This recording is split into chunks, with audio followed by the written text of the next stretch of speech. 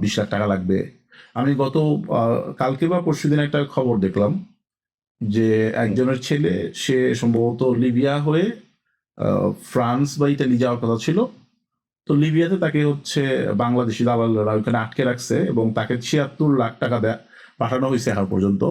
তারপরেও তাকে ছাড়া হয় নাই এবং সে তাদের অত্যাচারে মারা গেছে। তো এই বিষয়ে যদি একটু তোমার কিছু বিশ্লেষণ বা তুমি তো এগুলো নিয়ে কিছু দেখছো যে বিভিন্ন মানুষ হ্যাঁ, অবগত এটা বা কিন্তু দালালদের যে এগুলো রুটগুলা নিয়ে কিভাবে কাজ আমরা করে বা হ্যাঁ, মাধ্যমগুলা কি হয়? ইন্টারেস্টিংলি যে মরক্কোর যে এই সাইডটা আছে, তো এই সাইডটা বেশি ইউটিলাইজ করে নাই কখনো বাংলাদেশিরা।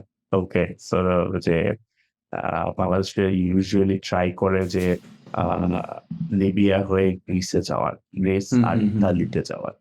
তো মূলত ইতালি। বাট এখন এখন পুরোটা জিনিস যেগুলার কয়েকটা নাম দেওয়া হইছে, গেম খেলা, তারপর হুম, হুম, হুম।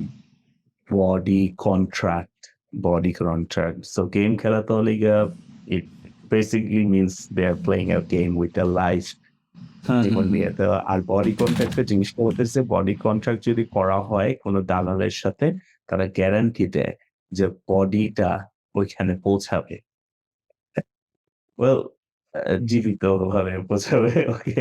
So listen, so তো এখন this is how it works. তারা হলে কি অনেকেই দুবাই পর্যন্ত যাওয়ার চেষ্টা করে। আর স্পেশালি এই রুটে মানে যাওয়ার জন্যই মানে এখন কিন্তু দুবাই ভিসা এপ্লাই করলেই দুবাই ভিসা রিজেক্ট করে দেয়। দুবাই কোনো it's like a shadow banned kind of thing that is going on. কারণ মানুষজন দুবাইয়ের থ্রুতে এত ধরনের মানে করছে সিস্টেমটাকে আ কি বলে অ্যাবিউজ করছে, এক্সপ্লয়েট করছে। তো দুবাই হলে গিয়ে ভিসাও দিতে চায় না। ভিজিটরস ভিসাও দিতে চায় না। আর ওয়ার্কিং ভিসা তো দূরের কথা। আরেকটু যেটা অ্যাবিউজ করার চেষ্টা করে সেটা হলো গিয়ে দুবাইয়ে হয়ে তারা হলো গিয়ে সেনজেন ভিসা এপ্লাই করে। দুবাইয়ের কোনো বাংলাদেশি কোম্পানি হইছে গোল্ডেন ভিসার আন্ডারে তারা দেখা যাচ্ছে বাংলাদেশি এখানে ওয়ার্কার দেন ইভেনচুয়ালি তারা হলো গিয়া সেনজেন ভিসা এপ্লাই করেছে। এটা ইউরোপে যাওয়ার চেষ্টা করে। তো সেটারও একটা লুপহোল হচ্ছে গিয়ে কি সেনজেন ভিসাতে এপ্লাই করা যে তোমার ল্যান্ডিং কান্ট্রি দেখাইতে হবে। টুরিস্ট ভিসা থাকলেই দুবাই থেকে এপ্লাই করা সম্ভব না। সো যেহেতু approval rate is high from Dubai ওইটা করে আ ইউরোতে। তো এনিওয়েজ তো তারা দুবাই যায়। দুবাই হয়ে তারা হলো গিয়ে লিবিয়াতে যায়। লিবিয়াতে গিয়েই হলো গিয়ে it's like a 50-50 chance. Okay forget about Mediterranean sea. পানিতে ডুবে মরবে নাকি ওটা আমরা অ্যা ওটা ধরে নিলাম যে ওটা অ্যাক্সিডেন্ট হয়। ওকে। ওইখানে গিয়ে দেখা যায় যে বিভিন্ন ধরনের মাফিয়া, বিভিন্ন ধরনের যেসব মাইগ্রেন্ট গ্যাং-ট্যাং এগুলো আসছে। আর লিবিয়াতে তো হলো গিয়ে সেই যে সিভিল ওয়ার হইছিল এরপর থেকে লিবিয়াতে কোনো শান্তি-টান্তি আসে নাই। লিবিয়াতে কোনো ফিক্সড কোনো গভর্নমেন্ট নাই যে পুরা কান্ট্রি কন্ট্রোল করে। রিজিওনালি কন্ট্রোল হয়ে থাকে। তো তারা বিভিন্ন সময় হলে গিয়ে বাংলাদেশিরাও টাকা চায়। বাংলাদেশিরাও টাকা চায় মানে এখানে তাদেরকে ফ্যামিলির কাছ থেকে টাকা চাবে। তারা ওইখানে ধরা খাইলেও টাকা যাবে। বিভিন্ন জায়গায় টাকা যাবে।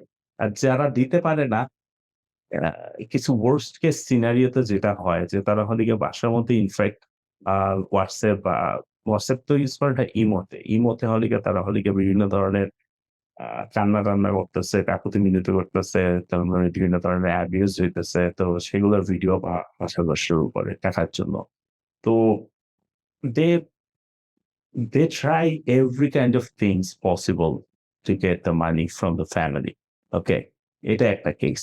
আর যারা হলো গিয়ে এটা পার হইয়া যাইতে পারে তাদেরকে হলো গিয়ে ওই টাকা-পয়সা দিয়েই কিন্তু পার হইতে হয়। Then হলো গিয়ে they will think about crossing the sea তারপরে ওইখানে গিয়ে ধরা খাইলে কি হবে? ওইগুলো